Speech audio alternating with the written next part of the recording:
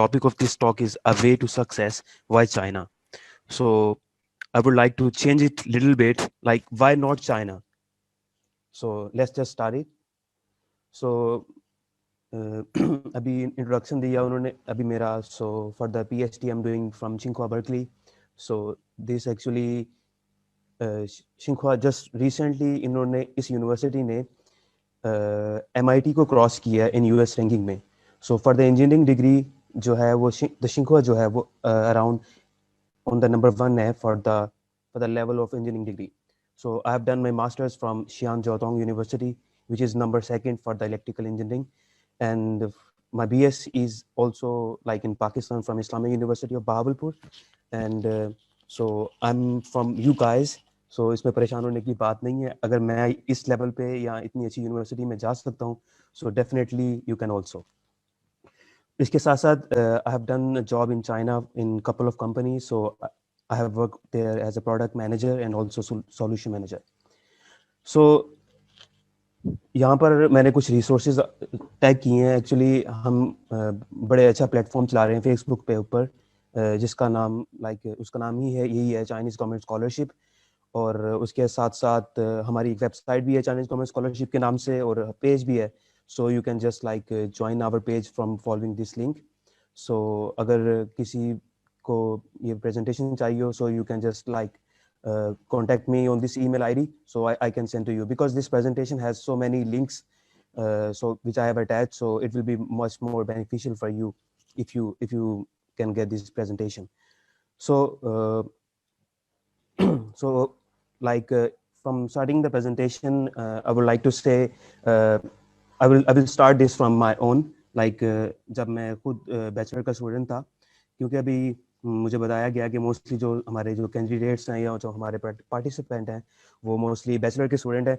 सो हमारे जो या मैं जब पढ़ रहा था बैचलर में, तो मेरे भी जो मोस्टली जो क्वेश्चन होते थे माइंड में वो यही होते थे कि what will be best for me and what should I choose. So job करनी चाहिए या मुझे आगे पढ़ना चाहिए, मुझे कौन हेल्प करेगा. सो the main question is from where should I start? So that is the key point. So ये सब चीजें देखने के बाद कहाँ से मैं स्टार्ट करूँ, मुझे क्या करना चाहिए, मेरी मदद कौन करेगा, तो इन सब कुछ देखने के बाद we may get बहुत सारा काम है मुझे करना पड़ेगा, and I don't have that much time, पता नहीं मैं कर सकूँगा कि नहीं. तो ये सब जो चीजें थोड़ा सा आपको कंफ्यूज किस्म की इंसान कंफ्यूज होता है. सो I would like to say कि आपको इसमें ज़्यादा परेशान होने की ज़रूरत नहीं है, because today I'm going to explain about the scholarship, about the job opportunities, about some other resources from where you can get more experience regarding your future career. So let's just start from the scholarship.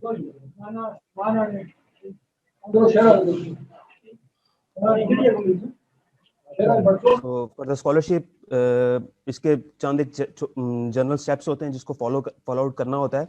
सो अब इस slide में आप देख सकते हैं कि यहाँ पर मैंने कुछ रेफरेंस लिंक भी अटैच किए हैं. So from there you can get the reference और the website for the detail information. So इसकी बट अगर आप अप्लाई कर रहे हो और उसके लिए चंद एक जो स्टेप्स आपको फॉलो आउट करना होते हैं, उसमें आपको सबसे पहले यूनिवर्सिटी फाइंड करना होती है. उसके बाद आपको एक अच्छा सा सुपरवाइजर या प्रोफेसर ढूंढना होता है जिसके साथ आप कांटेक्ट करें और जिसके साथ आप मिलकर कोलैबोरेशन में रिसर्च कर सकें. और उसके बाद थर्ड जो उसका जो स्टेप होता है वो आपने फॉर्म फिल करना होता है चाइनीज गवर्नमेंट स्कॉलरशिप का. Actually this is a scholarship which is provided by the Chinese government. So और इसी तरीके से फिर आपने अपना एक पूरा एप्लीकेशन का पैकेज बना के यूनिवर्सिटी को सेंड आउट करना होता है. और इस स्कॉलरशिप की एक्चुअली 3 तरह की कैटेगरीज होती हैं. The first category is the type A, the category B and category C. जो कैटेगरी ए होती है ये मोस्टली चाइनीज एम्बेसी के थ्रू होती है. Chinese embassy you can say हमारे पाकिस्तान के अंदर जो चाइनीज एम्बेसी है, अगर आप उसके थ्रू अप्लाई करना चाहते हैं तो आपको कैटेगरी ए चूज करना होगा. अगर आप कैटेगरी बी पे अगर जो चूज करते हैं, वो कैटेगरी जो बी होती है वो एक्चुअली आप उसके लिए अप्लाई कर रहे होते हैं जब आपने चाइनीज यूनिवर्सिटी के थ्रू अप्लाई करना होता है. और इसी तरीके से जो कैटेगरी सी होती है, सो दिस इज ये भी अप्लाई आपने यूनिवर्सिटी के थ्रू ही करना होता है, but it is different. So I would recommend के क्योंकि टू बी वेरी ऑनेस्ट, हमारा जो सिस्टम है पाकिस्तान का, so I would not recommend कि आप कैटेगरी ए वाला ऑप्शन चूज करें to apply through the embassy, because वहाँ पर क्योंकि they are collaborating with HSC, and HSC का आपको सबको पता ही है. So the best way to apply for the scholarship would be like the category B, choosing the scholarship. So इसमें फोर्थ जो स्टेप होता है वो आपको एक मेडिकल सर्टिफिकेट बनवाना होता है किसी भी डॉक्टर से. वो डॉक्टर एमबीबीएस डॉक्टर भी हो सकता है, आप किसी भी गवर्नमेंट हॉस्पिटल से ये बनवा सकते हैं.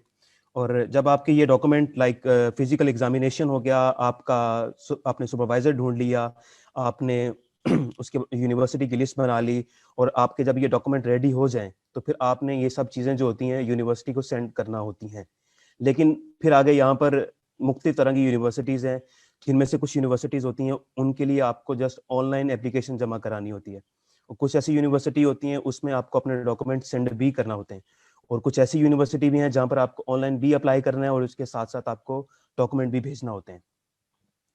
सो जब आप सारा पैकेज कंप्लीट कर लेते हैं तो आप उसको यूनिवर्सिटी के एड्रेस पे सेंड करना है, अगर यूनिवर्सिटी की रिक्वायरमेंट है कि उनको डॉक्यूमेंट भेजे जाएं. अगर उनको डॉक्यूमेंट नहीं भेजने, अगर उनका एप्लीकेशन जस्ट ऑनलाइन ही है, तो आपको सारे जो डॉक्यूमेंट हैं वो फिल रेडी करने के बाद उनके जो पोर्टल होता है उस पर आपने अप्लाई करना है और डॉक्यूमेंट अपलोड करने और एप्लीकेशन जमा करा देनी है. और उसके बाद इसका आगे प्रोसेस होता है, they will contact you back to have an interview और सम काइंड ऑफ डिस्कशन में भी आपका सुपरवाइजर आपसे कॉन्टैक्ट करे, या like from some international school organization or some offices, they will contact you back अगर आप उनके लिए क्वालिफाई करें. तो अब स्कॉलरशिप किस तरह के होते हैं, ये था एक छोटा सा जनरल सा इंट्रोडक्शन अबाउट द एप्लीकेशन के तरीके, किस तरीके से अप्लाई किया जाता है. तो स्कॉलरशिप की मुख्तलिफ टाइप्स होती हैं, जिसमें सिल्क रोड स्कॉलरशिप के नाम से है, रोड एंड बेल्ट के स्कॉलरशिप्स के नाम से है, फॉरबिडन स्कॉलरशिप के नाम से है, और चाइनीज गवर्नमेंट स्कॉलरशिप है, और उसके बाद बेल्ट एंड रोड इनिशिएटिव है, और इसके बाद कुछ ऐसी स्कॉलरशिप भी होते हैं जो यूनिवर्सिटी खुद प्रोवाइड कर रही होती है. तो जब मैं आपको ये सजेस्ट करना चाहूँगा, जब आप एप्लीकेशन फिल आउट कर रहे हैं या जहाँ आप ट्राई कर रहे हैं अप्लाई करने की, तो आपने जो यूनिवर्सिटी चूज की है वहाँ पर आपने ये चेक करना है कि वहाँ पर उस यूनिवर्सिटी में कौन कौन से स्कॉलरशिप ऑफर हो रहे हैं. तो जो जो स्कॉलरशिप उसमें ऑफर हो रहे हैं उसमें आप एक प्रायोरिटी लिस्ट बना लें, क्योंकि चाइना के अंदर मोस्टली 279 यूनिवर्सिटीज हैं जो स्कॉलरशिप ऑफर करती हैं, और अब उसमें से कुछ ऐसी यूनिवर्सिटी हैं जो आपके मेजर से मैच कर रही होंगी, कुछ आपके मेजर से मैच नहीं कर रही होंगी. तो अगर आपकी प्रोफाइल बहुत ही अच्छी है, आपने आउटस्टैंडिंग किस्म की परफॉर्मेंस की है, आपका जीपीए भी अच्छा है, आपकी लेट्स सपोज आपकी पब्लिकेशन भी है, या आपने कुछ प्रोजेक्ट्स भी किए हुए हैं, तो आपको मैं ये रिकमेंड करूंगा कि आप टॉप यूनिवर्सिटीज को अप्रोच करें. क्योंकि टॉप यूनिवर्सिटी में पढ़ने का फायदा क्या होगा, टॉप यूनिवर्सिटी में पढ़ने का फायदा ये होता है कि वहां पर आपके पास रिसोर्सेज बहुत ज्यादा हो जाते हैं.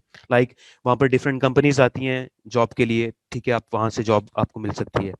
मीनवाइल अगर आप रिसर्च अच्छी कर लेते हो तो आप एक अच्छी जगह पर जॉब कर सकते हो, लाइक आप पीएचडी के लिए चले जाते हो आगे, या आप फर्दर पोस्ट डॉक के लिए चले जाते हो. और इसमें जो चाइना का जो वीज़ा होता है, इसमें एक्चुअली इसकी डिफरेंट कैटेगरीज होती हैं, जिसमें स्टूडेंट वीज़ा अलहदा होता है, और उसके बाद वर्किंग वीज़ा अलहदा होता है, टूरिस्ट वीज़ा अलहदा होता है.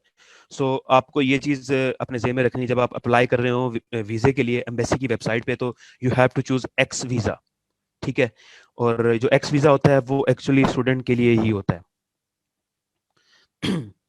सो सबसे जो इम्पोर्टेंट यहाँ पर एस्पेक्ट है वो है how to improve your resume, क्योंकि जो हमारी जो रिज्यूमे होती है वो सब इम्पोर्टेंट चीज़ होती है. क्योंकि जब आप प्रोफेसर से कांटेक्ट करते हो या आप किसी को अप्रोच करने की कोशिश करते हो कि वो आपको अपनी लैब के अंदर आप जगह दे, आप उसके साथ काम करना चाहते हो, आपकी ये रिसर्च इंटरेस्ट है, और आप इस वजह से या इस तरीके से उसकी रिसर्च में कोलैबोरेट कर सकते हो.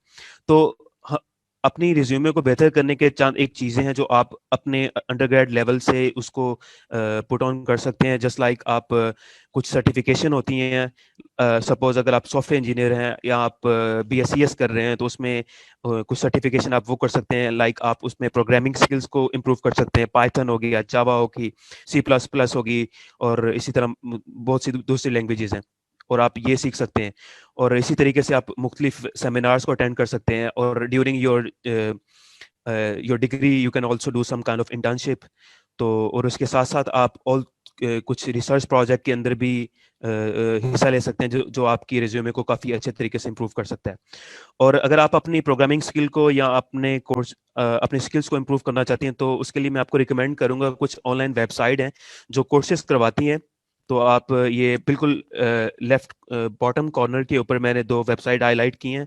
One is the edx.org and one is coursera। सो ये दो वेबसाइट ऐसी वेबसाइट हैं जिसके ऊपर आप ऑलमोस्ट हर फील्ड से रिलेटेड कोई ना कोई ऑनलाइन कोर्स ऑफर हो रहा होता है। लाइक किसी भी तरीके से वो आपकी फील्ड को टच कर रहा है, अगर आप समझते हैं कि वो आपकी स्किल को किसी भी तरीके से पॉलिश कर सकता है, तो देन यू शुड ज्वाइन। और इसको ज्वाइन करने का सबसे बेहतर जो तरीका, इसमें दो तरीके से है। एक तो है कि आप कोर्स करने के बाद एक आपको सर्टिफिकेट मिलता है। एक वो है कि आप अपनी स्किल्स को इम्प्रूव करते हैं लेकिन आपको सर्टिफिकेट नहीं मिलता। बट मीनवाइल ये दोनों दोनों वेबसाइट के ऊपर आप फंडिंग के लिए भी अप्लाई कर सकते हैं, और उसमें आपको एक छोटा सा एक पैसेज लिखना होता है या डिटेल देनी होती है जिसके आप किस तरीके से अपनी इस कोर्स को सपोर्ट नहीं कर पा रहे, और लेकिन ये जो कोर्स है ये आपके लिए किस तरह से बेनिफिशियल है, और अगर आप ये करेंगे तो how you can improve your self, और किस तरह से आप फर्दर टेक पार्ट कर सकते हैं फॉर द ह्यूमैनिटी और समथिंग लाइक दैट। तो ये दो बहुत अच्छी वेबसाइट हैं, तो मैं आपको रिकमेंड करूंगा कि आप इसको जरूर करें। और इसके साथ साथ मैंने यहाँ पर एक लिंक अटैच किया फॉर द रिज्यूमे सैम्पल्स। तो आप क्योंकि रिज्यूमे मोस्टली जो मैंने अभी तक देखा है, तो मोस्टली जो स्टूडेंट्स होते हैं they just put there like कि इनकी एजुकेशन क्या है, और उसके बाद जस्ट अपना नेम लिख देंगे, डेट ऑफ बर्थ लिख देंगे, और उसके बाद अपने घर का एड्रेस लिख देंगे, उसके बाद अपना आईडी कार्ड नंबर भी लिख देंगे, पासपोर्ट नंबर भी लिख देंगे, which is really not necessary. आपको मेंशन क्या करना है, अपना नेम मेंशन करें, दिस इज गुड। उसके साथ साथ आप अपनी ईमेल आईडी दें, that is more than enough. और उसके बाद आपने जो उसमें मेंशन करना है, that will be your work experience. आपकी जो डिग्री की है वो कौन सी है, आपके जो रिसर्च प्रोजेक्ट थे वो कौन से थे, और आपके कोर्स प्रोजेक्ट कौन से थे, आपकी जो स्किल्स हैं वो कौन कौन सी हैं, आपने कौन कौन से सेमिनार में हिस्सा लिया है। सो ये जो जो सब चीज़ें हैं, ये आपकी सीवी को इम्प्रूव भी करेंगी। और उसके साथ साथ आप किसी के साथ कांटेक्ट करते हैं, अगर उसको आपकी रिज्यूमे के अंदर ये सब चीज़ें अगर मिलती हैं, तो प्रोबेबली ही और she will definitely contact you back, because उसको वही चीज़ें या वही स्किल्स चाहिए जो आजकल मार्केट में डिमांड है। ठीक है, तो मैं आपको ये एक बात यहाँ पर सजेस्ट करना चाहूंगा, क्योंकि समटाइम ऐसे होता है कि हम लोग दूसरों से पूछ रहे होते हैं, यार मुझे बताओ मुझे क्या करना चाहिए। तो why don't you search your own research, like आपकी जो डिग्री है और उसके अंदर क्या एडवांसमेंट है, ठीक है, कि आप उसको उसमें किस तरह से टेक पार्ट कर सकते हो, और उसके अकॉर्डिंगली ये दो वेबसाइट मैंने आपसे शेयर की हैं, इसके ऊपर थाउजेंड्स ऑफ कोर्सेज अवेलेबल हैं। लाइक एमआईटी करवा रही है, और मतलब हार्वर्ड हो गया, टोरंटो यूनिवर्सिटी होगी, बहुत सी जितनी भी बड़ी बड़ी यूनिवर्सिटीज़ हैं, मिशिगन स्टेट यूनिवर्सिटी होगी, इन्होंने बहुत से ऑनलाइन कोर्सेज भी करा रहे होते हैं, और साथ में सर्टिफिकेशन भी करा रहे होते हैं। You should join some courses from there और try to improve your resume. जैसे आपकी रिज्यूमे अच्छी होगी, और उसके बाद आप डेफिनेटली किसी ना किसी जगह पर स्टैंड आउट कर रहे होंगे, and you will definitely get some position. So actually ये जो मैं आपको डिटेल बताई है, this is just not only for China. अगर आप चाइना के अलावा भी कहीं पे ट्राई करते हैं, तो अगर आपकी रिज्यूमे के अंदर ये चीज़ें मौजूद हैं, तो डेफिनेटली अगर आप किसी जॉब के लिए अप्लाई कर रहे हैं, या आप किसी प्रोफेसर के साथ कांटेक्ट में जाना चाह रहे हैं, तो डेफिनेटली डेफिनेटली ये आपको बहुत फ़ायदा देगा यहाँ पर।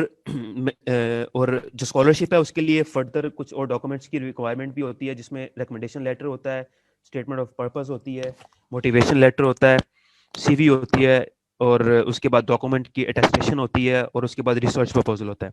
सो मैं इनको like step by step explain करूंगा, और साथ में आपको ये भी बताता चलूंगा कि ये आप डॉक्यूमेंट कहाँ से बनवा सकते हैं, और आपको किस तरह से ये बनाना होगा। तो जो फर्स्टली है, ये रिकमेंडेशन लेटर है। अगर आप पाकिस्तान की बात करें, तो ये एक्चुअली ये बनाना हमें खुद ही पड़ता है, बट रिकमेंडेशन लेटर जो होते हैं वो मोस्टली आपके जो रिसेंट यूनिवर्सिटी होती है, वो आपका जो सुपरवाइजर होता है, या जो आपके टीचर्स होते हैं जिन्होंने आपको पढ़ाया होता है, तो वो मोस्टली बना के देते हैं। तो जो एप्लीकेशन होती है उसके लिए आपको 2 रिकमेंडेशन चाहिए होते हैं। ठीक है, 2 रिकमेंडेशन लेटर आपको चाहिए किसी भी असिस्टेंट प्रोफेसर से या प्रोफेसर लेवल के। वो आप उसके पास लेके जाएंगे, वो आपको बना के देगा, और बनाने इवन आपने खुद है, उसमें जो डिटेल है, ये मैंने साथ में एक रेफरेंस लिंक अटैच किया हुआ है। सो आप इस लिंक के जरिए फर्दर मूव ऑन कर सकते हैं। टू चेक कि भाई इसमें क्या डिटेल चाहिए होती हैं या रिकमेंडेशन लेटर किस तरह से होता है। तो रिकमेंडेशन बनाने के लिए आपको अपने जो कोर्स के टीचर्स होते हैं या आपका जो सुपरवाइजर होता है उनसे कॉन्टैक्ट करना होगा, ये आपको हेल्प आउट करेंगे। तो नेक्स्ट हमारा आ जाता है स्टडी प्लान और द स्टेटमेंट ऑफ पर्पस। तो जो स्टडी प्लान और स्टेटमेंट ऑफ पर्पस होती है ये आपको खुद बनाना होती है, और इसके अंदर जो सबसे इंपॉर्टेंट चीज है जो आपको मेंशन करनी है, सो आप स्टडी प्लान को इस तरह से ले सकते हैं कि it's just like details about your career or about your education or about the experience you have done until now. So इसमें आप अपना स्टार्ट ले सकते हैं कि आपने क्या किया, आपके क्या मोटिवेशंस हैं, आप किस पे काम करना चाहते हैं, आपकी क्या अचीवमेंट हैं, आपने ये जो डायरेक्शन चूज की है ये क्यों चूज की है, और आप जो फर्दर काम करेंगे उसमें ये किस तरह से आप टेक पार्ट करेंगे, और ये किस तरह से आप इस चीज को किस तरह से आप इसको बेहतर कर सकते हो। तो स्टडी प्लान के अंदर एक्चुअली ये सब चीजें मेंशन करना होती है। और मोस्टली जो लोग होते हैं वो स्टडी प्लान और रिसर्च प्रपोजल को बहुत ज्यादा मिक्स करते हैं। एक्चुअली जो स्टडी प्लान होता है वो जस्ट आपको इंफॉर्मेशन, आपके बारे में इंफॉर्मेशन दे रहा होता है कि आप हैं कौन, आप करना क्या चाहते हैं, आपके एक्सपर्टीज क्या है, और अभी तक आपने क्या अचीव किया है। और जो रिसर्च प्रपोजल होता है वो एक्चुअली आपकी जो रिसर्च है, आप जो रिसर्च वर्क करना चाहेंगे, नाम से आपको पता लग रहा होगा ये रिसर्च प्रपोजल है, इसमें आपकी कोई पर्सनल स्टेटमेंट नहीं है, कोई स्टडी प्लान नहीं है। सो research proposal is about your research, आपने करना क्या है। सो जस्ट मेक श्योर कि आप इस डिफरेंस को क्लियरली समझ सकें। और उसके बाद सीवी फॉर्मेट मैंने आपके साथ ऑलरेडी शेयर कर दी है। और उसके बाद आते हैं डिफरेंट ईमेल सैंपल्स। इसमें ये है कि जब आप एक अच्छी सी सीवी बना लेते हो और आपने एक बहुत अच्छा सा रिसर्च प्रपोजल बना लिया है, तो आपका क्या काम है कि आपने यूनिवर्सिटी फाइंड करनी है। यूनिवर्सिटी फाइंड करने के लिए मैंने लिंक पीछे शेयर किया हुआ है, वो मैं आपको ये आपके साथ शेयर हो जाएगा, तो you can just follow that. आपने यूनिवर्सिटी फाइंड करने के बाद उसमें अपनी रिसर्च से रिलेटेड प्रोफेसर को फाइंड करना है। जब आप अपनी रिसर्च से रिलेटेड प्रोफेसर को फाइंड कर लेंगे तो वहां पर आपने मैच करना है कि वो जो सुपरवाइजर है या जिसको आप अप्रोच कर रहे हैं, आया कि वो आपकी रिसर्च से मैच करता है। मैच करता है तो कितना मैच करता है, क्या आपके इंटरेस्ट सेम है कि नहीं है। अगर इंटरेस्ट सेम है तो आप उसकी रिसर्च में कैसे बेहतरी ला सकते हो, उसको कैसे एडवांस कर सकते हो। तो ये सब चीजें जब आप एक दफा अपने माइंड में क्लियर कर लोगे, then you are allowed to contact with supervisor. क्योंकि अभी तक जो इश्यूज हम देखते आ रहे हैं वो ये कि अभी इंटरनेट के ऊपर मोस्टली सब किस्म की इंफॉर्मेशन अवेलेबल है, बट जो स्टूडेंट होते हैं वो बजाय इससे कि टीचर की प्रोफाइल पढ़ें और ये देखें कि क्या रिक्वायरमेंट है, वो इस चीज को जस्ट इग्नोर करते हैं और दे जस्ट कॉन्टेक्ट के भाई रेंडमली उन्होंने 100-200 प्रोफेसर को ईमेल सेंड कर दी और वो आगे प्रोफेसर से मैच कर ही नहीं रही होती। तो प्रोफेसर आपको कॉन्टेक्ट बैक नहीं करता, तो आगे जो स्टूडेंट होपलेस हो जाते हैं, यार प्रोफेसर मुझे रिप्लाई नहीं कर रहा, तो दैट मीन कि मैं अप्लाई नहीं कर सकता। सो इसका जो सबसे बेस्ट तरीका है वो ये है कि आपको ये मेक श्योर करना है कि आप जिसको अप्रोच कर रहे हो उसके साथ आपके जो रिसर्च इंटरेस्ट मैच हो रहे हैं, एंड द सेकंड आप उसकी रिसर्च में क्या एडवांसमेंट कर सकते हो, एंड द थर्ड थिंग कि आप उसके साथ अगर काम करते हैं तो उसको क्या फायदा होगा। ठीक है, ये जो चीजें हैं ये आपको मेक श्योर करनी है। उसके बाद आप प्रोफेसर से कांटेक्ट करें। जब प्रोफेसर से कांटेक्ट हो जाएगा, वो आपको एग्री करता है आपको रखने के लिए, तो वो आपको एक लेटर इशू करता है जिसको कहते हैं एक्सेप्टेंस लेटर। वो एक्सेप्टेंस लेटर एक्चुअली आप ये समझें कि एक प्लस पॉइंट होता है आपकी एप्लीकेशन के लिए, कि जब आप एप्लीकेशन जमा कराते हो उसमें एक्सेप्टेंस लेटर आप अटैच करते हो, दैट मीन कि आपकी जो एप्लीकेशन है उसकी वर्थ है। और इसका ये मतलब बिल्कुल भी नहीं है अगर आपको एक्सेप्टेंस लेटर नहीं मिलता तो आप नहीं अप्लाई कर सकते। आप फिर भी अप्लाई करें, क्योंकि according to my experience, because मैंने आपके साथ स्टार्ट ऑफ प्रेजेंटेशन मैंने आपके साथ प्लेटफॉर्म शेयर किया, हम उस प्लेटफॉर्म को अराउंड 5 साल से चला रहे हैं। तो there are so many the cases के जिसमें स्टूडेंट के पास ना एक्सेप्टेंस लेटर होता है, ठीक है, वो अप्लाई करते हैं और उनको बहुत अच्छी यूनिवर्सिटी में एडमिशन भी मिल जाता है। सो आपका जो फर्स्ट काम है कि आपने ट्राई करना है पहले कि एक्सेप्टेंस लेटर लें, अगर नहीं मिलता दैट्स ओके, तो यू शुड आल्सो सबमिट के जैसी भी सिचुएशन हो आपने एप्लीकेशन लाजमी जमा करानी है।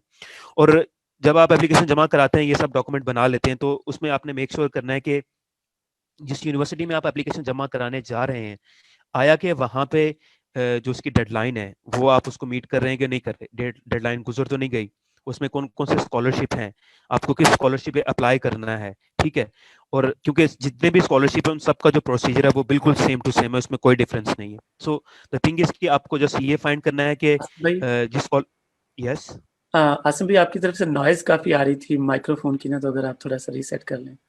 ओके, अभी ठीक है? थोड़ी सी बेहतर होगी, अब बोलें तो पता चलेगा। Okay, okay. So is it clear now? Still there. Okay. So seems like I have an issue with my mic. Mic को थोड़ा सा बस दूर कर लें आप। दूर कर लें या फिर So वाइब्रेट हो रहा होता है ना। okay, okay. So is it enough? So ये भी क्लियर है? अभी बेहतर है, बोले, मुझे लगता है फिर थोड़ा सा चलें। Okay okay, so I think so अभी ठीक होगा। बिल्कुल ठीक है। चले ठीक है, thank you, sorry for the interruption. It's okay, it's okay. So इसमें जो नेक्स्ट स्टेप आता है वो अबाउट डॉक्यूमेंट की अटेस्टेशन का आता है, क्योंकि जब आप एप्लीकेशन जमा करा लेते हो और उसके बाद आपको डॉक्यूमेंट सेंड करना होता है यूनिवर्सिटी को, तो उसमें आपने जो डॉक्यूमेंट सेंड करना है उसकी अथेंटिसिटी के लिए आपने डॉक्यूमेंट वेरीफाई करवाना होता है फ्रॉम नोटरी रिपब्लिक।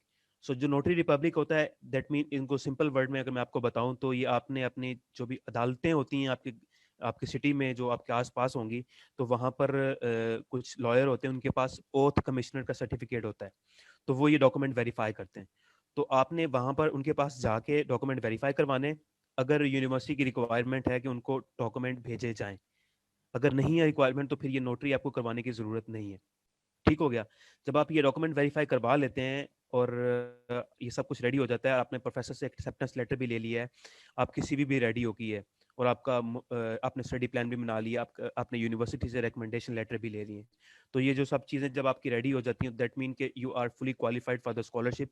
अब आपने ये सारे डॉक्यूमेंट, अगर यूनिवर्सिटी की रिक्वायरमेंट है कि उनको भेजे जाएं डॉक्यूमेंट, तो आपने उन सब डॉक्यूमेंट को इकट्ठे एक इन्वेलप में डाल के, जो यूनिवर्सिटी के इंटरनेशनल ऑफिस की वेबसाइट होती है, वहाँ पर एड्रेस दिया होता है कि आप इस एड्रेस पे सेंड करें, तो आपने उस एड्रेस के ऊपर डॉक्यूमेंट सेंड करना होते हैं।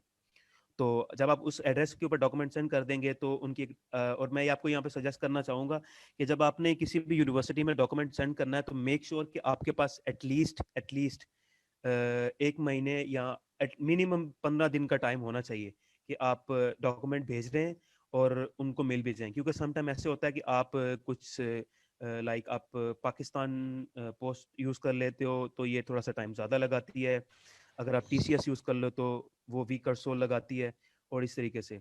So it would be better कि अगर आप TCS यूज़ करो या DHL यूज़ करो, क्योंकि वो around within 1 week document जो होते हैं वो डिस्पैच हो जाते हैं आपकी यूनिवर्सिटी को, जिसको आप अप्रोच करना चाह रहे हैं। और यहाँ पर मैंने 3 जो चीज़ें वो रेड मैंने हाईलाइट की हुई हैं, ये एक्चुअली चाहिए होती हैं जब आपका एडमिशन हो जाता है, उसमें आपको पोलियो सर्टिफिकेट चाहिए होता है, ये आपको आपके जो डिस्ट्रिक्ट हॉस्पिटल होता है वहाँ से मिलता है, और उसके बाद पुलिस कैरेक्टर सर्टिफिकेट होता है, ये आपको अब जो आपका नियर बाय जो आपका पुलिस स्टेशन होता है, ये आपको वहाँ से मिलेगा। और जहाँ तक मुझे याद है, अभी रिसेंटली पंजाब गवर्नमेंट ने तो यहाँ पर खिदमत कार्ड सेंटर के नाम से कुछ छोटे से वो सेल बनाए हैं, ये आप वहाँ से बनवा सकते हैं। और उसके बाद जो ट्रैवल ग्रांट है फॉर PhD स्टूडेंट है, सो ये स्पेसिफिकली फॉर PhD स्टूडेंट ही होती है। तो ये इस तरीके से है कि जब आपका एडमिशन हो जाता है, आप चाइना चले जाते हो आपका, और वहाँ पर आपने क्या करना होता है, जो आपका जो टिकट होती है और आपकी जो उसकी डिटेल या आपने उसको अप्लाई किया होता है जिसकी उतनी अमाउंट होती है, वो सब आपने इकट्ठा करके अटैच करके, इसका एक प्रोसीजर होता है ट्रैवल ग्रांट का, तो वो आपने HEC की एक वेबसाइट है, वहाँ पर आपने अप्लाई करना होता है। तो ये होता है कि अराउंड इसमें कोई 6 महीने 1 साल का प्रोसेस है, वो फिर आपको जो पैसे होते हैं वो रिफंड बैक हो जाते हैं अगर आप अप्लाई करते हैं तो। सो यहाँ पर मैं जैसे मैंने अभी आपको ऑलरेडी एक्सप्लेन किया अबाउट द स्कॉलरशिप कैटेगरी, तो जो स्कॉलरशिप हम कैटेगरी जो पाकिस्तान में एम्बेसी के थ्रू जो ऑफ़र होती है, उसमें जो स्कॉलरशिप आता है वो है MOFCOM स्कॉलरशिप, ठीक है। और जो CSE जो चाइनीज़ गवर्नमेंट स्कॉलरशिप है, जो इसका रिजल्ट है, वो नॉर्मली हर साल जो होता है वो जून से जुलाई में मोस्ट ऑफ द यूनिवर्सिटीज़ जो होती हैं वो पब्लिश कर देती हैं। तो जो जो इसका जो एडमिशन का जो टाइम होता है वो नॉर्मली स्टार्ट होता है फ्रॉम आप इस तरह से कह लें, नवंबर से स्टार्ट हो रहा होता है और ये ख़त्म होता है अराउंड मार्च तक।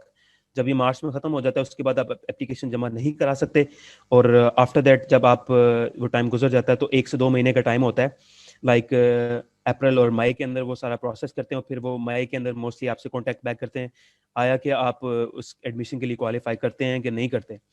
और इसी तरीके से एक पाकिस्तान में एक स्कॉलरशिप और भी ऑफर होता है, जो बायलैटरल प्रोग्राम होता है जो पाकिस्तान और चाइना की गवर्नमेंट मिलकर करती हैं, वो एक अलग है, और मोस्टली ये अभी अभी जो रिसेंटली है, पहले ये एम्बेसी के थ्रू ऑफर होता था, अभी एचएससी के थ्रू ऑफर हो रहा है। तो इसमें बड़ी लिमिटेड सीट होती हैं, तो इसमें मेरे ख्याल से एडमिशन लेना या क्वालिफाई करना कुछ कह लें कि इतना ईजी नहीं है। तो आई विल रिकमेंड कि आप डायरेक्ट यूनिवर्सिटी में अप्लाई करें, क्योंकि हर यूनिवर्सिटी की स्पेसिफिक सीट्स होती हैं और हर यूनिवर्सिटी का एक कोटा होता है, ठीक है। तो अगर आप एचएससी के थ्रू अप्लाई करेंगे तो इनकी स्पेसिफिक लाइक 20-25 सीट होंगी या 30 होंगी, ठीक है। उसमें लाइक पूरे पाकिस्तान के जो स्टूडेंट है वो नहीं जा सकते। तो आप डायरेक्ट यूनिवर्सिटी में अप्लाई करें। हर यूनिवर्सिटी की कोई 50, 100, 200 सीट्स होती हैं। तो अगर आप किसी भी यूनिवर्सिटी में अप्लाई करते हैं तो प्रॉबेबली आपका किसी न किसी यूनिवर्सिटी में एडमिशन हो जाता है। तो अगर आप इसके बारे में जो मोफकम स्कॉलरशिप है या जो पाकिस्तान गवर्नमेंट की तरफ से ऑफर होता है उसकी इन्फॉर्मेशन आपको चाहिए, तो ये मैंने लिंक एंड में कोट किया हुआ है जो अभी रिसेंटली अनाउंस हुआ है। तो you guys can just follow this link for the detail. तो यहाँ पर मैंने कुछ मज़ीद स्कॉलरशिप हैं, जैसे मैंने आपको बताया कि कुछ स्कॉलरशिप यूनिवर्सिटी ऑफर करती है, कुछ स्कॉलरशिप लोकल गवर्नमेंट ऑफर करती है, कुछ स्कॉलरशिप चाइनीज़ गवर्नमेंट ऑफर करती है, कुछ स्कॉलरशिप जो होते हैं वो चाइना और पाकिस्तान की गवर्नमेंट मिलके ऑफर करती हैं, और कुछ जो होती हैं लोकल गवर्नमेंट जो होती हैं। तो यहाँ पर मैंने लिस्ट आउट किया है डिफरेंट प्रोविंसेस के लिहाज से, और you can just follow their name. और आप इस स्कॉलरशिप को गूगल के ऊपर सर्च करेंगे तो आपको इनकी मोस्ट प्रोबेबली डिटेल मिल जाएंगी। अदरवाइज क्योंकि जैसे अभी मैं जस्ट एग्जांपल लेता हूँ, फर्स्ट वाला इसमें चचियांग प्रोविजनल गवर्नमेंट स्कॉलरशिप है। सो द चचियांग इनका जो प्रोविंस है, तो चचियांग का आप सर्च करें, जो फर्स्ट लेटर है उसके साथ साथ आप ये लिखें कि उस प्रोविंस के अंदर कौन कौन सी यूनिवर्सिटीज़ आ रही हैं। वहाँ से आपको पूरी प्रोविंस की जो लिस्ट मिल जाएगी, और वहाँ पर आप देख लें कि अच्छी यूनिवर्सिटी कौन सी है जिसमें आपका मेजर आपका है। तो आप वो यूनिवर्सिटी सेलेक्ट करके उसमें देखें कि उस यूनिवर्सिटी के अंदर ये जो स्कॉलरशिप है, चचियांग प्रोविजनल गवर्नमेंट स्कॉलरशिप, ये ऑफर हो रहा है कि नहीं हो रहा। अगर हो रहा है तो उसको आप चेक कर लें और उसकी डिटेल नोट कर लें, और जो उसकी डेडलाइन है उससे पहले पहले उसमें एप्लीकेशन जमा कराएं। ठीक हो गया। इसी तरीके से बाकी जितनी भी 38 यूनिवर्सिटी यहाँ पर मैंने लिस्ट आउट की हुई है, not the university, 38 different kind of scholarship. तो आप इनको प्रोसेस कर सकते हैं step by step, one by one. और इसके साथ साथ जो और मीनवाइल जो मैंने अभी स्टार्ट पे एक लिंक शेयर किया था वो मैं आपको दोबारा दिखा दूंगा।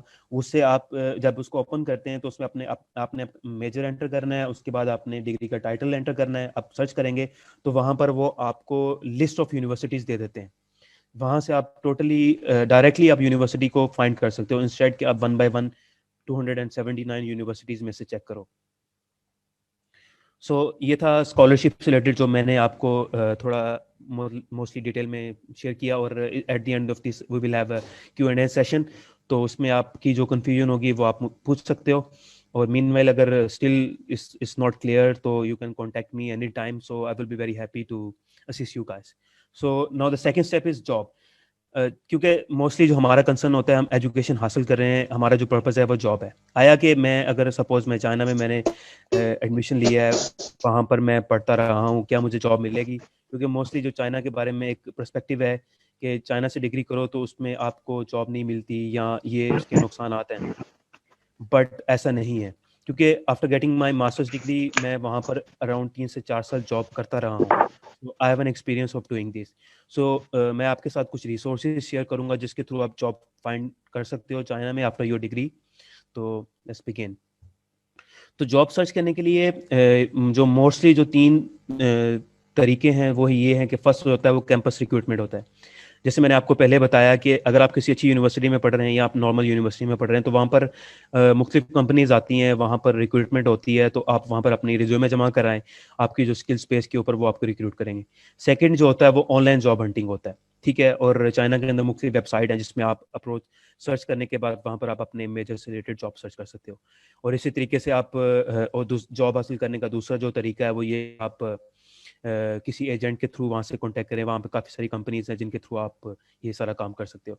So let's discuss one by one. तो ऑनलाइन जॉब हंटिंग के अंदर ये 2 जॉब जो वेबसाइट है मैंने यहाँ पर कोड किए हैं, आप इनको ओपन करें। इसमें आपने अपना एरिया चूज करना होता है कि आपकी यूनिवर्सिटी किस जगह है, या आप जिस जगह मूव आउट करना चाह रहे हो आप उस जगह के लोकेशन डालें। वहाँ पर आप अपना मेजर या आपकी जो रिसर्च डायरेक्शन है, यहाँ आपका जो डिग्री टाइटल था वो आप मेंशन करें।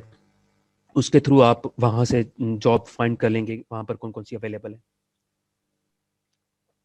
और इसके साथ साथ जब आप जॉब कर लेते हो। इसके बाद दूसरा ऑप्शन है, अगर आपने मास्टर्स किया है चाइना से, एमएस किया या एमफिल किया है, उसके बाद आप जॉब करना चाहें या आप पीएचडी करना चाहते हैं, तो उसका भी डिफरेंट प्रोसीजर है। सो अगर आप पीएचडी करना चाहते हैं तो उसका उसका प्रोसीजर बिल्कुल सेम टू सेम है जैसे मैंने अभी आपके साथ शेयर किया फॉर द स्कॉलरशिप थिंग, जो डिटेल मैंने आपके साथ भी शेयर की है। तो अगर उसको फॉलो करेंगे तो आप उसके थ्रू आप पीएचडी में एडमिशन ले सकते हैं। बट मीनवाइल जो सेकंड है वो है कि अगर आपने पीएचडी की हुई है और आप पोस्ट डॉक में एडमिशन लेना चाह रहे हैं, तो पोस्ट डॉक की actually the degree after the PhD, तो उसके लिए जो है वो ये वेबसाइट यूज़ होती है। आप उसके लिए लिंक्डइन भी यूज़ कर सकते हैं। उसके बाद ये एक वेबसाइट है gaoxiaojob.com, इससे मोस्टली जो होती हैं आप पीएचडी की जॉब्स और आपको पोस्ट डॉक की जॉब इस वेबसाइट से मिल जाती हैं। और the best resource is LinkedIn. और चाइना, जैसे पाकिस्तान में हम सब लोग गूगल यूज़ करते हैं, तो China actually they have their own Google and everything. So उनमें एक जो है वो जो मोस्ट इंपॉर्टेंट है जो हम वहाँ पे यूज़ करते हैं वो है बैदू। ये चाइना का गूगल है। और आप किसी भी यूनिवर्सिटी का नाम सर्च करना चाहते हैं, आप किसी यूनिवर्सिटी में अपना प्रोफेसर सर्च करना चाहते हैं, आप किसी यूनिवर्सिटी की कोई भी डिटेल सर्च करना चाहते हैं, तो उसका सबसे बेस्ट वे है ये है कि आप बैदू ट्रांसलेटर डाउनलोड करें और उसकी वेबसाइट ओपन करें गूगल पे, और वहां पर आप अपना जो क्वेश्चन है वो उसको पुट करें इंग्लिश में, उसकी ट्रांसलेशन आगे चाइनीज में आ जाएगी। और वो जो चाइनीज है वो वहां से कॉपी करने के बाद जो बैदू, जो मैं www.baidu.com है, इसमें वो पेस्ट करें, तो उसके आगे उससे रिलेटेड मोस्ट ऑफ द जो रिसोर्सेज अवेलेबल होती हैं वो आपके सामने आ जाती हैं। So you can just access it, you can just like आप सर्च करके आप अप्लाई करें। आप पीएचडी के लिए अप्लाई करना चाह रहे हैं, आप जॉब के लिए अप्लाई करना चाह रहे हैं, आप किसी भी चीज को फॉलो आउट करना चाह रहे हैं, सो you can just use Baidu. So this is very useful website actually. So let's move to the business part. So the business part is actually ये उन लोगों के लिए है जो just business ही करना चाहते हैं चाइना जाने के लिए, not like scholarship or something like that. तो उनका जो सबसे बेस्ट तरीका है वो ये है कि इसके मुख्तलिफ तरीके होते हैं। आप ऐसे कर सकते हैं कि आप चाइना में अपनी कंपनी भी रजिस्टर करवा सकते हैं, या आप ऐसे करें कि आप सबसे पहले विजिटर वीज़ा लें। विजिटर वीज़ा लेने के बाद आप चाइना चले जाते हैं, और आपने ऑलरेडी किसी के साथ वहाँ पर किसी एजेंट से बात की हुई है, जैसे आप वहाँ पर जाएं, आप अपने रेजिडेंस वीज़ा के लिए अप्लाई कर रहे हैं, जैसे आपको रेजिडेंस वीज़ा मिल जाता है, और उसके बाद आप वहाँ पर अपनी कंपनी रजिस्टर करवाने के बाद आप बिजनेस स्टार्ट कर सकते हैं। एक तरीका ये हो गया। दूसरा कि आप ऑलरेडी पाकिस्तान के अंदर वेल सेटेड किस्म का आपका बिजनेस है, सो यू जस्ट वांट कि आप चाइना जाओ और वहाँ पर जाके कुछ परचेज करके then you can just grow your business. तो उसका जो बेस्ट वे है कि आप विजिटर वीज़ा लें। वो 20 से 25 दिन का होता है, पहले 30 दिन का था, अब उन्होंने 20 दिन का कर दिया या 15 दिन का कर दिया है। तो वहाँ पर चाहें आप वहाँ पर परचेज करें और उसके बाद यू कैन कम बैक। तो बेस्ट वे कि अगर आप वहाँ पर लॉन्ग टाइम स्टे करना चाहते हैं और उसके साथ बिजनेस भी करना चाहते हैं, और आप ये भी चाहते हैं कि वहाँ पर रह के आप कुछ स्टडी भी कर लें, तो उस सेंस में आप पार्ट टाइम वहाँ पर जॉब भी कर सकते हो और आप अपनी कंपनी भी रन कर सकते हो। और there are lot of opportunity जो आप जिनको आप अवेल कर सकते हो। सो यहाँ पर मैंने कुछ चंद एक क्वेश्चन हैं जो मोस्टली स्टूडेंट को रिक्वायर होते हैं, कि उनकी कन्फ्यूजन होती है कि लाइक इस ऐसे हम कर सकते हैं कि नहीं कर सकते, अगर ये हो तो क्या होगा। तो यहाँ पर कुछ चंद एक क्वेश्चन है जो मोस्ट कॉमनली आस्क्ड जो क्वेश्चन है, मैंने उनको लिस्ट आउट किया है with their answer. So let's discuss one by one. तो मोस्टली जो स्टूडेंट होते हैं उनको ये नहीं पता होता कि ये जो CSE होती है ये है क्या, और ये what is China scholarship council and what is China scholarship. तो ये एक्चुअली स्कॉलरशिप है, इसके मुख्तलिफ नाम है। इसको CGS भी कहते हैं, इसको CSE भी कहते हैं। और जो स्कॉलरशिप ऑफर होते हैं वो बैचलर डिग्री के भी ऑफर होते हैं, वो मास्टर डिग्री के भी ऑफर होते हैं, वो PhD डिग्री के भी ऑफर होते हैं, पोस्ट डॉक के भी ऑफर होते हैं। और आगे चाइनीज गवर्नमेंट की कोलैबोरेशन है विद डिफरेंट कंट्रीज के साथ। एट दी एंड आप देख सकते हैं यहाँ पे मोफकॉम स्कॉलरशिप है जो मोस्टली पाकिस्तानी जिस पे अप्लाई करते हैं, और इसी तरीके से इनकी कोलैबोरेशन है with EU, PIF, Chinese university program, bilateral program, और काफ़ी दूसरे किस्म के हैं। तो अराउंड यहाँ पर 273 यूनिवर्सिटीज़ हैं, 279 यूनिवर्सिटीज़ में से जिसमें से आप अप्लाई कर सकते हैं for scholarship on the basis of Chinese government scholarship.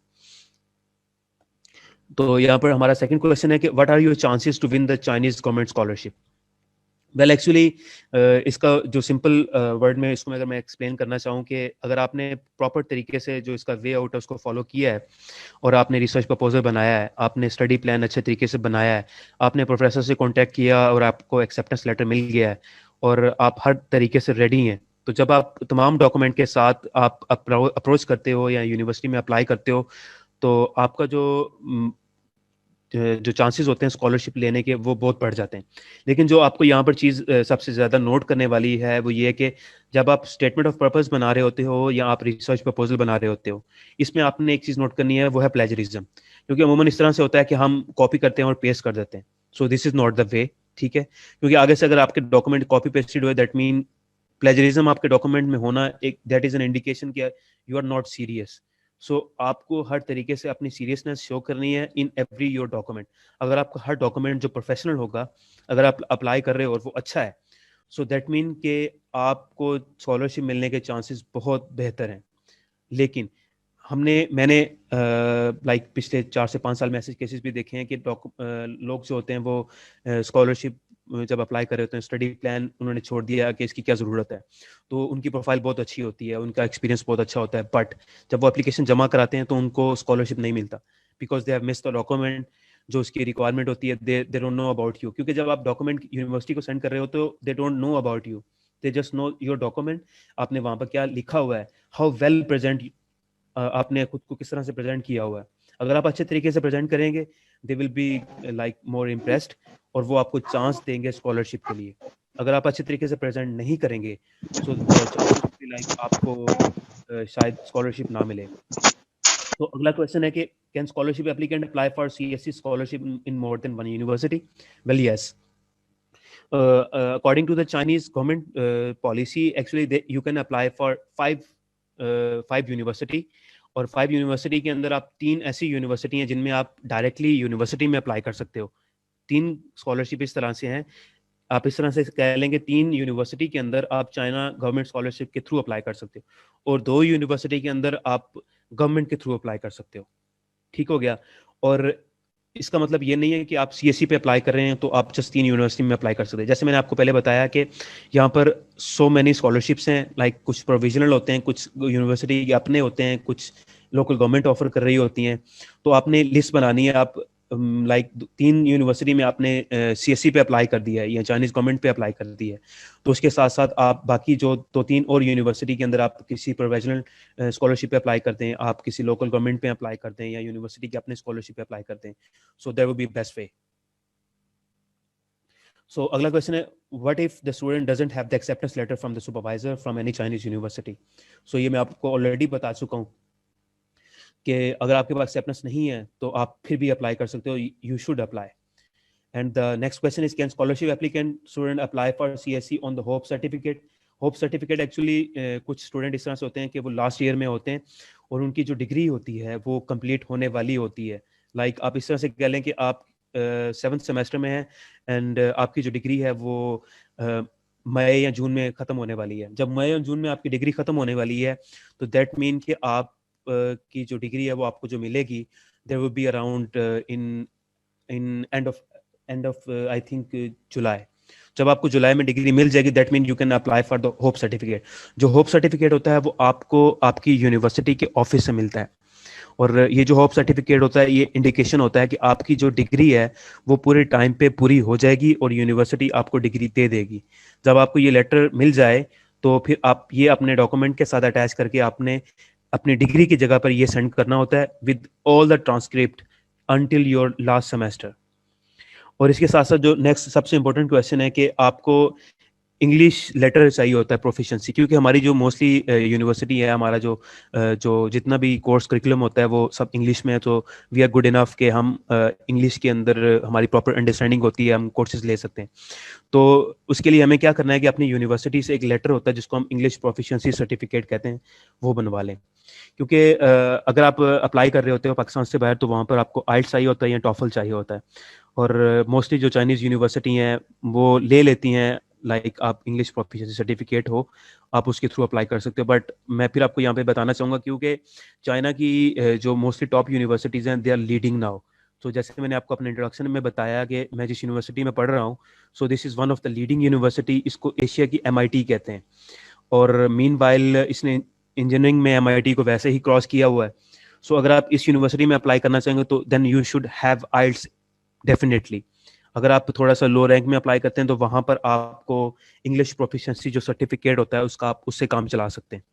तो इस इंग्लिश प्रोफिशिएंसी सर्टिफिकेट की डिटेल क्या होती है, किस तरह से होता है, ये मैंने साथ में रेफरेंस लिंक अटैच किया हुआ है, जिसको आप फॉलो करके सैम्पल को आप देख सकते हो किस तरह से बनवाया जा सकता है। और जो इंग्लिश प्रोफिशिएंसी सर्टिफिकेट है, ये आप अपनी यूनिवर्सिटी का जो ऑफिस होता है, ये भी वहीं से ही बनता है। तो मेक श्योर कि आप बिफोर गेटिंग ग्रेजुएट आप अपने डॉक्यूमेंट को प्रिपेयर कर लें, जिसमें एक इंग्लिश प्रोफिशिएंसी सर्टिफिकेट आता है, जिसमें आप रिकमेंडेशन लेटर्स आते हैं, उसके बाद आपका होप सर्टिफिकेट आता है, और इसी तरीके से लाइक स्टेटमेंट ऑफ पर्पस हो कि उसके बाद आपका रिसर्च प्रपोजल हो गया, क्योंकि सम टाइम हमें रिसर्च प्रपोजल बनाने का आइडिया नहीं होता। तो हमारे जो सुपरवाइजर होता है, जो हमें जिसके साथ हमने फाइनली प्रोजेक्ट किया होता है, जिसके साथ हमने रिसर्च की होती है, तो वो हमें एक अच्छे तरीके से गाइड कर सकता है कि आप इस तरीके से या इस टॉपिक के ऊपर आप बना सकते हो। सो जस्ट मेक श्योर कि बिफोर गेटिंग ग्रेजुएट कि आप ये जितने भी जो डॉक्यूमेंट हैं ये आप बना सको। और जैसे मैंने आपको बताया कि जो स्कॉलरशिप अप्लाई करने का जो टाइम होता है, ये प्रोबेबली स्टार्ट होता है लाइक इन नवंबर टू मार्च और अप्रैल। तो अगर आप अपना जो प्रोसेस है डॉक्यूमेंट बनाने का, अगर आप प्रेयर इसके स्टार्ट कर देते हैं like 1 year before, from March April May, तो उसमें आप ये होगा कि आप बड़े अच्छे तरीके से सब डॉक्यूमेंट बना लोगे, और उसके साथ साथ आप रिसर्च प्रपोजल भी बना लोगे, अपने रिसर्च इंटरेस्ट भी सेट कर लोगे, और आपके रिकमेंडेशन लेटर्स भी रेडी हो जाएंगे, और मोस्ट ऑफ द डॉक्यूमेंट जो ड्यूरिंग द एप्लीकेशन रिक्वायर होते हैं, तो आप सब कुछ रेडी कर लोगे। तो जब आप एप्लीकेशन ओपन होगी, तो तब आपका जो काम होगा वो ये होगा कि आपने यूनिवर्सिटी फाइंड करनी है, या ये आप पहले भी कर सकते हो, जस्ट यूनिवर्सिटी फाइंड करके रख लो, प्रोफेसर फाइंड करके रख लो, और जब एडमिशन ओपन हो तो आप प्रोफेसर को डायरेक्टली अप्रोच करो। तो इस तरह नेक्स्ट जो क्वेश्चन है, is there any list of Chinese university without application fee? क्योंकि जो मोस्ट ऑफ द बड़ी बड़ी यूनिवर्सिटी है चाइना के अंदर, उनकी एप्लीकेशन फ़ी होती है। इस एप्लीकेशन फ़ी का एक जो पर्पज़ है वो ये कि हमारा जो इशू था पहले, जो स्टूडेंट थे अप्लाई करते थे, वो ऐसे ही मतलब 20-30 यूनिवर्सिटी में अप्लाई कर दिया, उनकी फ़ीस नहीं है। तो उन्होंने अभी जो फीस वाला इशू किया वो जस्ट बिकॉज के जो भी अप्लाई करे वो थोड़ा सा सीरियस हो अपनी एप्लीकेशन को लेकर, वो जो अप्लाई कर रहा है वो टोटली इस चीज़ के बारे में श्योर हो कि वो जहाँ पे अप्लाई कर रहा है और उसका एडमिशन अगर हो जाता है तो वो विलिंग होगा वहाँ पर पढ़ने के लिए। तो but there are still list of university जिसकी अभी भी कोई फ़ी नहीं है, आप उसको क्या कहते हैं, उनमें आप अप्लाई करें, बट मेक श्योर कि आप स्टिल मतलब सीरियस हैं, अप्लाई करना चाहते हैं, आप पढ़ना चाहते हैं आगे, तो जस्ट मूव फॉरवर्ड। तो जो लिस्ट ऑफ यूनिवर्सिटी हैं जिनकी फ़ीस नहीं है, उसका मैंने साथ में लिंक अटैच किया, सो you can just follow that. और जब आप एप्लीकेशन फिल आउट कर रहे होते हो, तो उसमें एक पॉइंट होता है एजेंसी नंबर। तो एजेंसी नंबर एक्चुअली होता है कि हर यूनिवर्सिटी का कोड कह ले कि आप होता है, जब आप एप्लीकेशन फिल करते हैं तो उसमें आपने ये एजेंसी नंबर एंटर करना होता है। सो एजेंसी नंबर क्या होता है, हर यूनिवर्सिटी का डिफरेंट होता है, तो उसके लिए एक पूरी लिस्ट है हर यूनिवर्सिटी की। तो ये मैंने साथ में एक लिंक अटैच किया हुआ है जिसको आप फॉलो कर सकते हैं, जिसमें आप अपनी यूनिवर्सिटी को सर्च करके उसका क्या नंबर है या क्या नाम है, और वो आप कोड एंटर करें, और उसके बाद आप एप्लीकेशन आप फर्दर जो सबमिट कर सकते हैं। सो द सबसे मोस्ट इंपॉर्टेंट क्वेश्चन वो आगे आगे है कि can international student work in China during this study? Well, this is very true now, क्योंकि पहले जो होता था कि आप जब अप्लाई करते थे तो आप डिग्री कंप्लीट करते थे, आपको अपने कंट्री वापस जाना है, तो जिसकी वजह से बहुत सारे स्टूडेंट ऐसे थे जो अप्लाई नहीं करते थे चाइना में, और वो प्रेफर करते कि यूरोपियन कंट्री में चलें, क्योंकि वहाँ पर आप पार्ट टाइम जॉब कर सकते हैं। तो अभी साथ में चाइनीज़ यूनिवर्सिटी में थोड़ा सा ये उनकी गवर्नमेंट ने अलाउ किया है। उसके लिए आपको क्या चाहिए होता है कि आपका जो करंट सुपरवाइजर होता है उससे आपने एनओसी लेना होता है, और उसके बाद आपने फिर अपने जो इंटरनेशनल स्टूडेंट ऑफिस होता है आपने उनसे कॉन्टैक्ट करना होता है। तो वो आपको हेल्प आउट करते हैं कि आप फर्दर आप वहाँ पर जॉब फाइंड करके आप अपने एक्सपेंसेस को मीट करें, अगर आपका वहाँ पर स्कॉलरशिप नहीं होता, क्योंकि स्कॉलरशिप की मुख्तलिफ कैटेगरीज हैं। एक स्कॉलरशिप होता है जो फुल स्कॉलरशिप होता है, एक स्कॉलरशिप होता है जो पार्शली फंडेड होता है, एक स्कॉलरशिप होता है जिसमें वो जैसे आपको फ़ी देते हैं, रेस्ट आपके जो लिविंग एक्सपेंसेस होते हैं वो आपको खुद बेयर करना होते हैं। So depending on the category आपको कौन सा स्कॉलरशिप मिल रहा है, तो you just have to make sure, और उसके अकॉर्डिंगली आप अपनी अरेंजमेंट करें और एप्लीकेशन वहाँ पर जमा कराएं, and then go for the study. So ये मैंने आपको ऑलरेडी बता दी, can I study while working in China? तो इसमें डिफरेंट वीज़ाज होते हैं, जो क्योंकि स्टूडेंट का जो वीज़ा होता है वो एक्स वीज़ा होता है, जो जॉब का वीज़ा होता है वो होता है लाइक जेड वीज़ा। तो वाइल बीइंग ए स्टूडेंट आपको जेड वीज़ा नहीं मिल सकता, तो आपको मेक श्योर करना है कि उस टाइम जब आप यूनिवर्सिटी में पढ़ रहे हैं और आप जॉब फाइंड कर रहे हैं तो आपके पास स्टूडेंट वीज़ा या एक्स वीज़ा है। तो स्कॉलरशिप को अप्लाई करने के लिए आया कि इसकी कोई एज लिमिट है? तो इसमें हम बात करते हैं अंडरग्रेड की, तो इसमें 25 ईयर आपकी एज होनी चाहिए। जब आप मास्टर डिग्री के लिए अप्लाई करते हैं तो इसमें 35 ईयर आपकी एज होनी चाहिए। और आप जब पीएचडी के लिए अप्लाई करते हैं तो it should be less than like 40। तो इसके बाद पोस्ट डॉक आ जाता है, उसकी फिर अपनी रिक्वायरमेंट होती है। सो जैसे मैंने पहले मेंशन किया कि category A, category B and category C क्या होती है। सो इसमें आप लाइक कैटेगरी ए में जो है वो आपने एम्बेसी के थ्रू अप्लाई करना होता है, कैटेगरी बी में आपने यूनिवर्सिटी के थ्रू अप्लाई करना होता है, और कैटेगरी सी के अंदर आप कुछ अदर रिसोर्सेज होती हैं जिसमें आप कह लें कि आपकी अपनी फंडिंग है। आप जब अप्लाई करें तो आपने कैटेगरी सी चूज करना है। So actually this is not for us, क्योंकि हम एप्लीकेशन जमा करा रहे हैं स्कॉलरशिप बेस पे। So what are the benefit of the scholarship, कि हम जब हमें वहाँ पर एडमिशन मिल जाता है तो हमें बेनिफिट क्या मिलते हैं। तो जब आप अंडरग्रेड के स्कॉलरशिप के लिए अप्लाई करते हैं तो आपको वो 2500 RMB आपको मंथली वो पे करते हैं, जिसमें आपकी फ्री ट्यूशन फ़ी होती है, उसके बाद आपकी अकोमोडेशन भी फ़ी होती है। सो ये वो है जो आपको फुल स्कॉलरशिप है। जो अब आपका फुल स्कॉलरशिप नहीं है तो फिर वो इसमें थोड़ा सा कट डाउन कर देते हैं, आपकी अकोमोडेशन होती है उसके आपको पे करने होते हैं, बाकी आपको फ्री मिल जाता है। या समटाइम आपको वो मंथली स्टाइपेंड दे रहे होते हैं, लेकिन आपकी जो फ्री जो ट्यूशन फ़ी होती है वो आपको खुद देनी होती है। इसी तरीके से मास्टर के अंदर वो आपको 3000 RMB देते हैं, और जब आप पीएचडी करते हैं वो आपको 3500 RMB देते हैं। सो एक्चुअली अगर आप इसको मल्टीप्लाई करें 3500 एंड 3500 RMB इज लाइक, आप इस तरह से कह लें अराउंड 90,000 और या 90,000 तक होता है। तो नेक्स्ट क्वेश्चन है what is English proficiency certificate. तो English proficiency certificate is about the letter which shows कि आप आपकी जो स्कूलिंग थी वो इंग्लिश में थी, और आप फर्दर अगर पढ़ें तो आप इंग्लिश में अगर आपकी एजुकेशन होती है तो आप उसको अच्छे तरीके से टैकल डाउन कर सकते हैं। तो how to obtain a English proficiency certificate from the college और यूनिवर्सिटी। तो इसके लिए आपको अपने रजिस्ट्रार का जो ऑफिस होता है या आपका जो लोकल कॉलेज आपके यूनिवर्सिटी के अंदर है, आपने वहाँ पे जाना है, और वहाँ से आप उनको पूछेंगे कि आपको इंग्लिश प्रोफिशिएंसी लेटर चाहिए। और हर यूनिवर्सिटी का एक अपना सैम्पल एक टेम्पलेट होता है जिसके ऊपर वो बना के देते हैं। So what is the best doctoral program in education in China.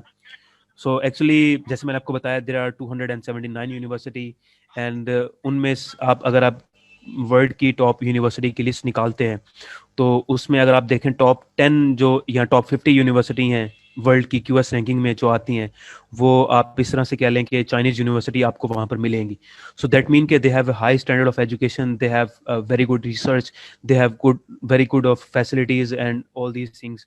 सो आप ये सब चीज़ों को कंसिडर करते हुए अगर आप चाहते हैं कि आप मूव ऑन करें या खुद को एक्सप्लोर करें या आप अपने कैरियर बिल्डिंग करें, then you should go for like scholarship in China. So यहाँ पर ये एक स्लाइड मैंने बनाई about the family visa and the family settlement, क्योंकि कुछ स्टूडेंट इस तरह से होते हैं कि some is like they are doing job over year, और उनकी ऑलरेडी फैमिली होती है और वो उनको साथ लेके जाना चाहते हैं। तो उनका जो मोस्टली जो कंसर्न होता है आया कि वो अपनी फैमिली को साथ लेके जा सकते हैं कि नहीं जा सकते, अगर लेके जा सकते हैं तो कैसे लेके जा सकते हैं और उनके क्या क्या तरीका है। So the first thing is कि जब आप स्कॉलरशिप आपको मिल जाता है तो उसके लिए आपको सबसे पहले चाइना खुद जाना है। जब आप वहाँ पर चले जाते हो, आप अपना रेजिडेंस परमिट ले लेते हो, वहाँ पर आपको मिल जाता है, ठीक है। उसके बाद आप अपने यूनिवर्सिटी के जो ऑफिस होता है वो आपको एक इनविटेशन लेटर बना के देते हैं। वो जो इनविटेशन लेटर होता है वो फिर आपने पाकिस्तान वापस भेजोगे आप अपने फैमिली को, ठीक है। वो फिर आपका जो डॉक्यूमेंट होते हैं उसको वेरीफाई करवाना होता है फ्रॉम एम्बेसी से जो इस्लामाबाद के अंदर है चाइनीज़। जब आप वेरीफाई करवा लेते हो तो फिर आप आगे वीज़े के लिए सबमिट करते हो। तो ये सब प्रोसीजर है। और मीनवाइल वहाँ पर कि आप अगर आपके छोटे-छोटे बच्चे हैं उनकी स्कूलिंग किस तरह से है, तो वेल स्कूलिंग जो बच्चों के लिए है वो थोड़ी-सी मुश्किल हो जाती है वहाँ पे, क्योंकि उनके जो बच्चे हैं वो मोस्टली चाइनीज़ होते हैं। लेकिन अगर आप बात करें कुछ अच्छी यूनिवर्सिटी जैसे टॉप रैंक यूनिवर्सिटीज़ हैं जो वर्ल्ड लीडिंग यूनिवर्सिटी हैं, उनके अपने स्कूल्स होते हैं और उनकी जो मोस्टली जो स्कूलिंग है वो अब इंग्लिश में होने लगी है। So that is pretty good. और इस चीज़ को कंसिडर किया जा सके दैट कि अगर आप स्कॉलरशिप ले लेते हैं, विन कर लेते हैं, तो आप अपनी फैमिली को अपने साथ लेके जा सकते हैं। सो यहाँ पर मैंने कुछ लिस्ट डाउन किया है कि अगर आपकी जो प्रोफाइल बहुत अच्छी है, आपके जो ग्रेड्स बहुत अच्छे हैं, आपकी पब्लिकेशन है, आपका जो एक्सपीरियंस है वो बहुत अच्छा है, एंड आपका जो एक्सपोजर भी बहुत अच्छा है, और आपका जो जो वर्क एक्सपीरियंस है या जो आपने अभी तक लर्न किया है दैट इज़ आउटस्टैंडिंग, तो मैं आपको रिकमेंड करूँगा कि ये मैंने कुछ फेलोशिप यहाँ पर मेंशन किए हैं जिनको आप अप्रोच करें। और इसके अंदर इस तरह से कि आप जब इनको अप्रोच करते हैं तो इसके लिए आपकी अगर प्रोफाइल अच्छी होगी तो ये आपको रिप्लाई बैक करेंगे या आपसे कांटेक्ट करेंगे या आपको एडमिशन मिलेगा। जो फर्स्ट मैंने फेलोशिप मेंशन की है TBSI, वेल एक्चुअली ये वो स्कॉलरशिप है जिसके ऊपर मैं पढ़ रहा हूँ। तो इट्स अ जॉइंट स्कॉलरशिप और the funding offered by the Chinese government plus the US government plus the local government. So ये बड़ी ज़बरदस्त किस्म की फंडिंग है। इसमें आपको अराउंड 2 लाख महीना तक में देते हैं और उसके साथ आपको रेजिडेंस आपकी फ्री होती है और उसके साथ आपको मेडिकल आपकी फैसिलिटीज़ फ्री होती हैं और उसके बाद आप 3 साल आप 2.5 से 3 साल आप चाइना में पढ़ते हो, 1 से 1.5 साल आप फिर आप US जाते हो, वहाँ पे पढ़ के आते हो। इसी तरीके से ये जो नेक्स्ट कॉलेज सस्टेक फेलोशिप है इसके अंदर भी इसी तरीके से इसमें 2 तरह की फेलोशिप हैं। एक आपकी जो डिग्री है वो चाइना में होगी, एक जो होता है वो आप लाइक जिसमें आप पार्ट ऑफ रिसर्च आप लाइक UK चले जाते हो, आप US चले जाते हो या और भी किसी यूरोपियन कंट्री की आपकी लैब की कोलैबोरेशन है तो आप उसमें भी जा सकते हो। इसी तरह एक नेक्स्ट आंसू स्कॉलरशिप है, उसके बाद कैस्ट आवास है और उसके बाद PIFI फेलोशिप है। सो ये जो टोटल 5 फेलोशिप हैं ये वेरी हाईली कॉम्पिटिटिव हैं और मैं आई वुड हाईली रिकमेंड कि अगर आपका बैचलर या आपका जो मास्टर है उसमें आपकी आउटस्टैंडिंग किस्म की परफॉर्मेंस, आपकी GPA बहुत अच्छा है, आपकी पब्लिकेशन भी हैं, आपका वर्क एक्सपीरियंस कह लें या आपकी इंटर्नशिप है, आपके पास जो स्किल्स हैं वो आउटस्टैंडिंग है, तो then you should definitely apply in this on this fellowship. क्योंकि इसके जो बेनिफिट ये हैं कि जैसे आप इस यूनिवर्सिटी से ग्रेजुएट होते हो यू विल लाइक आपके जो आप इस तरह से कह लेंगे कि आपके मोर देन 100% चांसेस होते हैं कि आपको बहुत अच्छी आगे जो फर्दर में फ्यूचर में जॉब मिलेगी या जो आपको एडमिशन मिलेगा वो बहुत अच्छी जगह मिलेगा।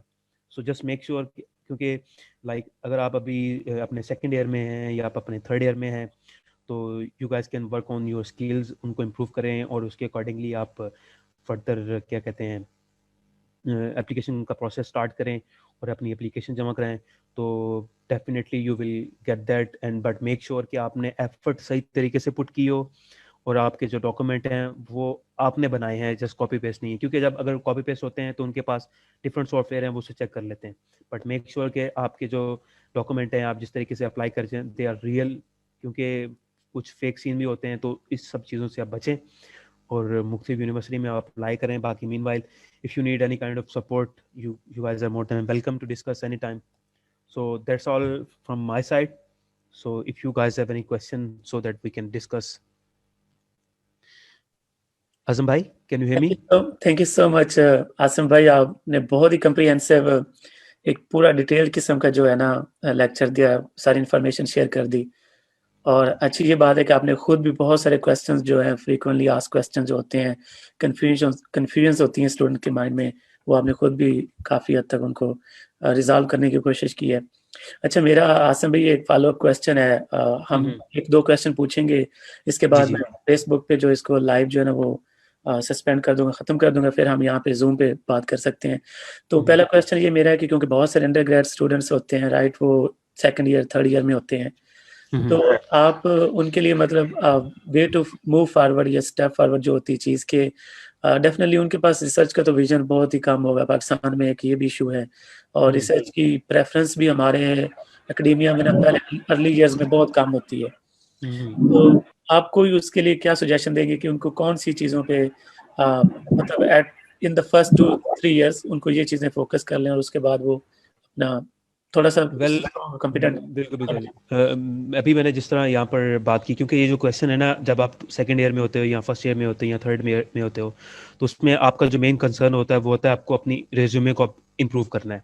रेज्यूमे को इम्प्रूव करने के लिए आपको मुख्तलिफ चीज़ें हैं, लाइक आपकी वर्क एक्सपीरियंस हो गया, in case of in shape of internship होगी, आपके सर्टिफिकेट हो गए, आप कोर्स प्रोजेक्ट करते हैं, आप रिसर्च प्रोजेक्ट करते हैं, आपकी कुछ प्रोग्रामिंग स्किल होगी हैं, आपने कुछ सेमिनार्स अटेंड किए हैं और आपने कुछ ऑनलाइन कोर्सेज लिए हैं, आपने अपनी स्किल इन्हांसमेंट के लिए कुछ अपने पर्सनल एफर्ट किए हैं।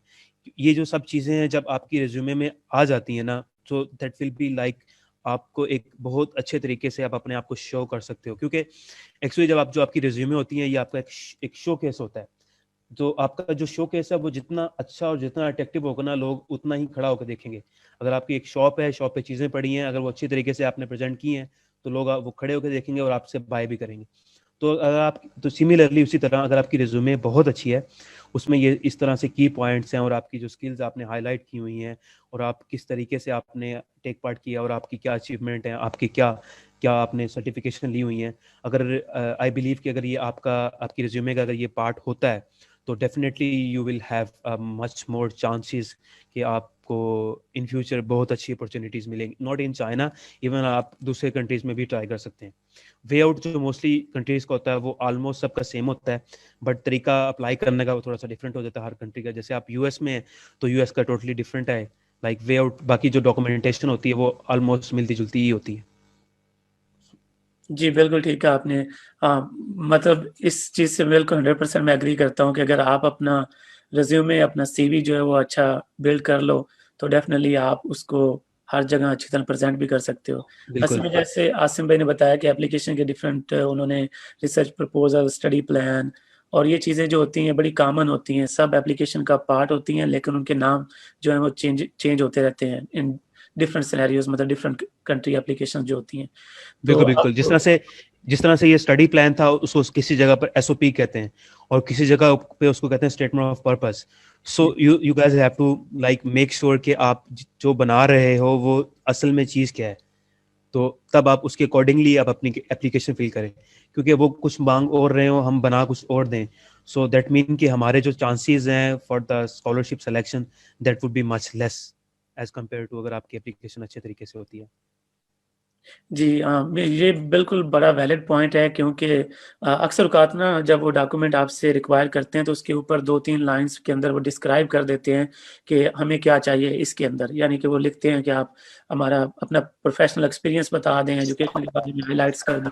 इस तरह की चीज़ें जब वो आपसे माँगते हैं तो आप उनके ऊपर बड़ा मतलब यू शुड पे अटेंशन कि वो क्या रिक्वायर कर रहे हैं, क्योंकि अगर चीज़ें आप सही तरह प्रोवाइड करोगे तो वो इवैल्यूएट अच्छी होंगी और आप आउटस्टैंडिंग कैंडिडेट बन जाओगे पूल के अंदर। तो बिल्कुल ठीक है आसिम भाई, ये तो बहुत अच्छा मतलब आपने इसको कॉम्प्रिहेंसिवली कवर किया है। एक और मेरा फ़ॉलो-अप क्वेश्चन है, क्योंकि ये जो इवेंट था हमारा ऑल्दो सबके लिए ओपन था, लेकिन हमने इसको पर्टिकुलरली जो हमारे स्टूडेंट्स हैं आईयूबी से और गोमल से उनको डेडिकेट किया हुआ है। तो आप चूँकि वहाँ के एलुमनस हैं, आपने 2010 से 14 तक वहाँ पढ़ा है और फिर वहाँ से आपने अपने आप को एक स्टैंडिंग आउट कंडीशन में ले आए हैं और आज माशाल्लाह एमएस करके भी थोड़ा आपने एक्सपीरियंस भी ले लिया, पीएचडी भी कर रहे हैं अच्छी लीडिंग यूनिवर्सिटी में। तो आप just put yourself in the shoes of those students और अगर 6-7 साल बैक में जाएँ तो आप क्या कहते हैं कि उन स्टूडेंट्स को किस तरह प्रिपेयर करना चाहिए, specially considering all those scenarios like Gomal and IUB? Hmm, बिल्कुल बिल्कुल। तो एक्चुअली ये जो आप स्क्रीन पे मेरी एक स्लाइड देख रहे होंगे, तो ये एक्चुअली मैंने अपने आप को ही कंसीडर करके like if I were a student, मैं स्टूडेंट था यूबी के अंदर अराउंड इन 2010, और मेरे जो माइंड में जो क्वेश्चन पॉप अप हो रहे थे उनमें से था कि लाइक मुझे जॉब करनी चाहिए या मुझे स्कॉलरशिप के लिए जाना चाहिए, मुझे मेरा फ्यूचर क्या है, मैं कहाँ पे स्टैंड आउट करता हूँ, अगर मैं कुछ करना चाहता हूँ तो मेरी हेल्प कौन करेगा और मुझे कहाँ से स्टार्ट करना होगा। सो ये जो जितने भी क्वेश्चन है ना, तो ये वो क्वेश्चन थे जो हर एक अंडर ग्रेड के स्टूडेंट जो होता है उसके माइंड में होते हैं। तो इन सब के लिए, क्योंकि अभी ये जो प्रेजेंटेशन है दे कैन जस्ट लाइक इसको एज ए इनिशियल पॉइंट ले सकते हैं इसको स्टार्ट करने का, क्योंकि हर एक इंसान को ना स्टार्टिंग पॉइंट चाहिए होता है। सो ड्यूरिंग माय टाइम जब मैं कर रहा था तो उस समय ये सब रिसोर्सेज और इस तरह के इवेंट और इस तरीके से, जैसे माशाल्लाह आप एक बहुत अच्छा प्लेटफॉर्म रन कर रहे हैं और उसके थ्रू ये सब एक आप एफर्ट पुट कर रहे हैं, तो ये सब चीज़ें नहीं थी। तो मैं उनको यही कहूँगा कि वो इस प्रेजेंटेशन को या इस इंफॉर्मेशन सेशन को एज ए रेफरेंस लें और नेक्स्ट स्टेप की तरफ मूव ऑन होएं, और जो डॉक्यूमेंट मैंने मेंशन किए हैं तो आप उनको फॉलो अप कर रहे हैं, और मीनवाइल मैंने प्रोसीजर आपको ऑलरेडी बताया है, so you guys can approach me, I would be very happy to assist all the student के जो अप्लाई करना चाहते हैं। And meanwhile I have an experience of like guiding the student like from last 5 years I'm doing this. So we have the website, we have a Facebook group जिसमें around like 300,000 people का group है वो, और उसके बाद page भी है, so you guys can join this and you can get so many information from there. So if you got a confusion you can discuss with me. So because आप अगर क्योंकि जब आप इस लेवल पे होते हैं, अंडर ग्रेड में होते हैं, तो आपको इन्फॉर्मेशन लेने के लिए कोई जगह पता होनी चाहिए या आपको बंदा गाइड कर सके। सो फॉर द इन्फॉर्मेशन और the guidance we are here. So जब आपको गाइडेंस मिलेगी, so I do believe, I am definitely sure कि आप किसी अच्छे तरीके से या आप एक किसी अच्छी जगह पर पहुंच जाएंगे अगर आप अच्छे तरीके से एफर्ट पुट करते हैं तो। थैंक यू आसिम भाई। दोस्तों मैं आपको बताता चलूं कि जो पेज आसिम भी बार बार मेंशन कर रहे हैं, उन्होंने एक शुरू में स्लाइड में शो भी किया था आई थिंक, तो Yeah, this one.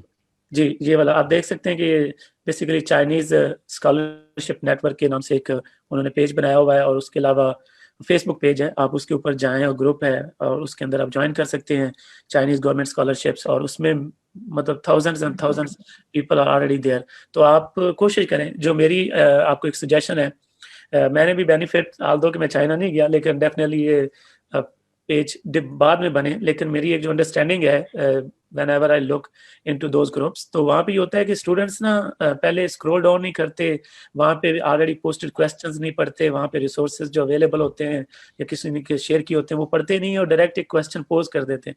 उससे ये होता है कि आप बेसिकली अगले बंदे को एक अनोइंग सी सिचुएशन में ले आते हैं। अगर आप बेसिक सा क्वेश्चन पूछें कि जी मैं बैचलर करना चाहता हूँ, मैं चाइना जा सकता हूँ कि नहीं जा सकता, ये तो आप गूगल से पूछे तो गूगल आपको 10,000 आंसर दे देगा कि आप, मतलब ये नहीं बताएगा कि आप जा सकते हैं, बल्कि ये भी बता देगा आप कहाँ जा सकते हैं।